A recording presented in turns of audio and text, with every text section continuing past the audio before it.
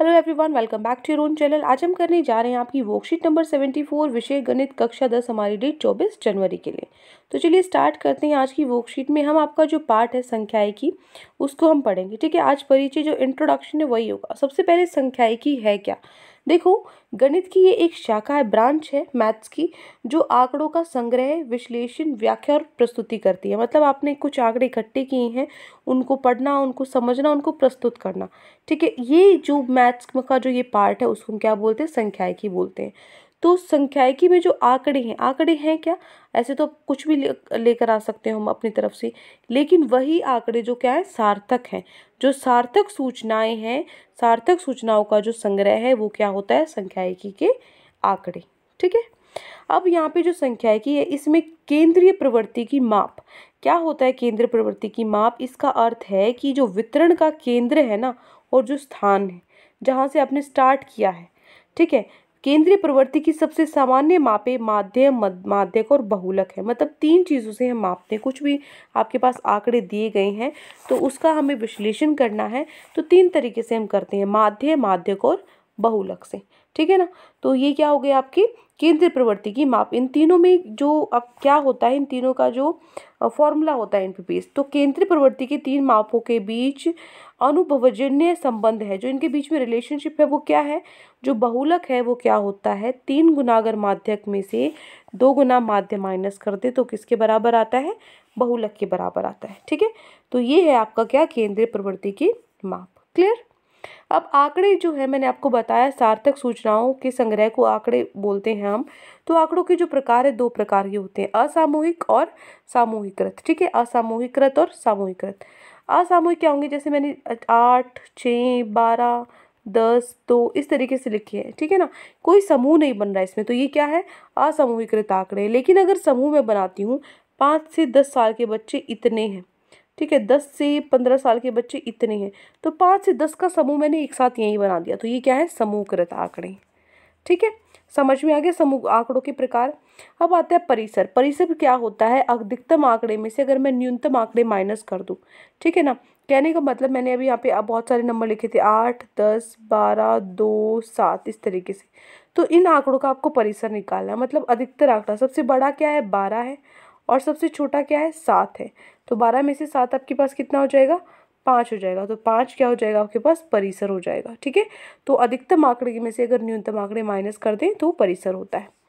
फिर आता है वर्ग माप। वर्ग माप क्या होता है, मान लो मैंने आपके पास समूह बनाया था 5 से 10, तो इसमें क्या होगा, जो ऊपरी सीमा होगी ना, ऊपर वाली जो बड़ी है, ऊपर वाली सीमा में से अगर मैं माइनस कर दूं नीचे वाली सीमा, निम्न माइनस सीमा, तो 10 - 5। ठीक है ना, तो ये क्या है आपके पास, वर्ग माप है। हमने माप लिया इसकी वर्ग का जो मान है वो कितना है। ठीक है, फिर देखो, यदि वर्ग अंतराल सतत ना हो तो उन्हें सतत बनाने के लिए निम्न सीमा में से 0.5 घटाइए और ऊपरी सीमा में 0.5 जोड़िए। ठीक है ना, आपके पास जो वर्ग अंतराल है इसमें क्या होगा, मान लीजिए अभी तो मैंने आपको बताया था 5 से 10 हो गया, 10 से 15 हो गया, 15 से 20 हो गया, ये लगातार चल रहा है यहाँ पे। अगर ये लगातार ना चले तो क्या करोगे आप, 0.5 यहाँ से घटा दोगे और यहाँ पे बढ़ा दोगे। तो इस तरीके से क्या हो जाएगा, नहीं ऊपर बढ़ाना था, नीचे वाले में घटाना था, तो इससे क्या हो जाएगा, जो वर्ग अंतराल है वो समान रह जाएगा। ठीक है, ये हम क्वेश्चंस प्रैक्टिस करेंगे तो समझ में आ जाएगा क्या चीज़ें मैं बोल रही हूँ। ठीक है ना, क्वेश्चन से ही सबसे ज़्यादा आपको जो कंसेप्ट है आपका बिल्डअप होता है जब आप खुद ट्राई करोगे। ठीक है, अब देखिए, अब हम बात कर रहे थे, हम इन तीनों में संबंध है क्या, बहुलक, माध्यक और माध्यक में। माध्यक क्या है, माध्यक है आंकड़ों का औसत, सिर्फ औसत निकालना। उससे क्या है, ऊपर अब सबको जोड़ दो, नीचे जितने हैं वो लिख दो। ठीक है ना, जितनों को जोड़ा है ये। उसके बाद एक पग विचलन विधि भी आती है, वो भी हम पढ़ेंगे आगे। उसके बाद एक कल्पित माध्य विधि होती है, संक्षिप्त विधि जो होती है, क्या होती है, ए प्लस क्या होगा, सम, मतलब सबका योग बटे में जितनी आपकी फ्रीक्वेंसी है। क्लियर, ये फॉर्मूले आपको ध्यान में रखने हैं। उसके बाद आता है माध्यिका। माध्यिका में क्या होगा कि अर्थात मध्यमान माध्यिका क्या होगा, L प्लस में n/2 माइनस CF। CF क्या है, क्यूमुलेटिव फ्रीक्वेंसी, अभी मैं आपको बताऊंगी क्या होता है आपके पास, बटे में F भी क्या है, फ्रीक्वेंसी, मतलब बारंबारता, गुना में H। ठीक है, ये फॉर्मूले याद रखने हैं आपको, बहुत इंपॉर्टेंट है ये। इन सब की जो वैल्यू है, कहाँ पे क्या चीज़ कहाँ से निकालनी है, कैसे करनी है, वो चीज़ें हम अपनी नेक्स्ट वर्कशीट में क्वेश्चन जब प्रैक्टिस करेंगे ना तब आप क्लियर होंगी। ठीक है, फिर है बहुलक। बहुलक क्या होता है, अर्थात सबसे अधिक बार आने वाला प्रशिक्षण। मान लीजिए मैंने आपके पास लिखा 8, 8, 12, 6, 8, 2, इस तरीके से जो 8 है बार बार आ रहा है, तो सबसे ज़्यादा बार आ रहा है वो क्या है, बहुलक है। तो इसका फॉर्मूला क्या होता है निकालने का, L प्लस में F1 minus F0 into 2 times of F1 minus F0 minus F2 गुना में H।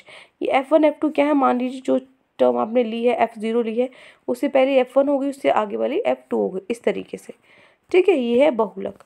उसके बाद है माध्यक वर्ग। माध्यक वर्ग क्या है, वह अंतराल जिसकी संचाई बारंबारता n/2 से बड़ी या फिर लगभग आसपास हो। ठीक है ना, वो क्या होगा, माध्यक वर्ग होगा। ठीक है ना, जो भी अंतराल है जिसकी क्या होगी, संचाई बारंबारता क्या होगी, उसकी आधे n/2 से बड़ी होगी या फिर उसके आसपास होगी। n क्या है, जो सबका सम अगर हमने जोड़ देते हैं तो जोड़ने के बाद उसका आधा करने के बाद अगर वो बड़ी है, ठीक है, उसके आसपास है, तो हम उसको माध्यक वर्ग मानेंगे, अदरवाइज नहीं। फिर आता है बहुलक वर्ग। बहुलक वर्ग में क्या है, जब अंतराल जिसकी बारंबारता अधिक हो, ठीक है, सबसे ज़्यादा बारंबारता, सबसे ज़्यादा बार जो आया है वो क्या हो जाएगा, बहुलक वर्ग। ठीक है, फिर है एक्स आई क्या है, मध्य मान माइनस में वर्ग चिन्ह। ठीक है, क्या होगा यहाँ पे, ऊपरी वर्ग सीमा में से अगर नीचे वाली वर्ग सीमा माइनस कर दूंगी बटे में, तो वो क्या हो जाएगी हमारे पास, मध्यमान या फिर वर्ग चिन्ह हम उसको बोल सकते हैं। ठीक है, तो ये सारे फॉर्मूले हमारे हो गए हैं। अब हम चलते हैं हमारे प्रश्न उत्तर पे। तो आज की वर्कशीट में आपको ये 6 रिक्त स्थान ही दिए गए हैं, सिर्फ इनको पढ़ लेते हैं, लेकिन जो कॉन्सेप्ट है वो बहुत ज़रूरी है। ऊपर जो मैंने आपको समझाया वो सारे फॉर्मूले आपकी जो अगली आने वाली वर्कशीट्स है उनमें आपको काम आएंगी। ठीक है, चलिए देखो, फिल इन द ब्लैंक्स रिक्त स्थान आपको भरने हैं। पहला है वर्ग चिन्ह क्या है, आधा, क्या आधा किसके साथ था, ऊपरी वर्ग सीमा प्लस में निम्न वर्ग सीमा, इनको अगर हम जोड़ देते हैं तो वो क्या हो जाएगा, वर्ग चिन्ह हो जाएगा। ठीक है, नेक्स्ट है दूसरा, वह अंतराल जिसकी बारंबारता सबसे अधिक हो, जो बार बार सबसे ज़्यादा बार आ रहा हो, वो मैंने आपको क्या बताया था, बहुलक वर्ग कहलाता है, जिसकी बारंबारता सबसे अधिक हो, जो सबसे ज़्यादा बार आया है। ठीक है, फिर आपको दिया हुआ है, दिए गए आंकड़े आपको ये दिए हुए हैं 255, 125, 130, 160, 185, 170 और 103। इसका जो परिसर है वो आपको निकालना है। परिसर कैसे निकालते हैं, जो सबसे ऊपरी आपके पास लिमिट है कितनी है, 255 है, फिर सबसे छोटी 103 है, तो 255 में से 255 में से 103 घटाएंगे तो कितना आ जाएगा, 152 आपका आंसर आएगा। ठीक है, तो ये क्या हो जाएगा आपके पास, इसका परिसर है। क्लियर, 152।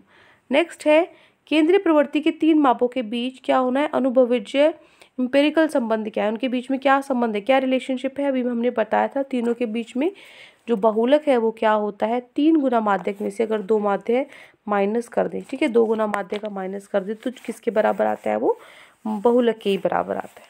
ठीक है, ये संबंध है इनके बीच में। अगला है, ऊपरी सीमा और निम्न सीमा के अंतर को क्या कहते हैं। ऊपरी सीमा और निम्न सीमा को माइनस करने के बाद हमारे पास क्या आता है, वर्ग माप आता है। ठीक है ना, क्या होगा, वर्ग माप। नेक्स्ट है प्रश्न 6, प्रथम 5 अभाज्य संख्याओं का माध्य। प्रश्न 5 अभाज्य संख्याएं होती कौन सी, सबसे पहले ये पता होना चाहिए।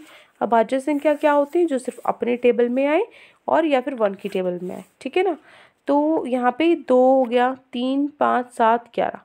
ठीक है, पहले 5 हो गई, तो पहले 5 डिवाइडेड बाई कितने, कुल ये पहले 5 है टोटल, ऊपर आएगा 28, नीचे आएगा 5, 28 में से 5 हम विभाजित करेंगे इसको, तो आंसर आएगा हमारा 5.6। ठीक है, तो प्रथम 5 अभाज्य संख्याओं का माध्य क्या होगा, 5.6 होता है। क्लियर, तो ये हो गया आपका प्रश्न नंबर 6। तो ये 6 आपको रिक्त स्थान आपकी वर्कशीट में आज दिए गए थे। आई होप आपको अच्छे से समझ में आ गए हैं। कोई भी डाउट है किसी भी क्वेश्चन में तो कमेंट सेक्शन में आप मुझसे पूछ सकते हैं, और अगर आपको लेक्चर अच्छा लगे तो चैनल को सब्सक्राइब कर सकते हैं, वीडियो को लाइक कर सकते हैं। आज के लिए इतना ही, मिलते हैं नेक्स्ट वीडियो में। Till then take care, bye bye.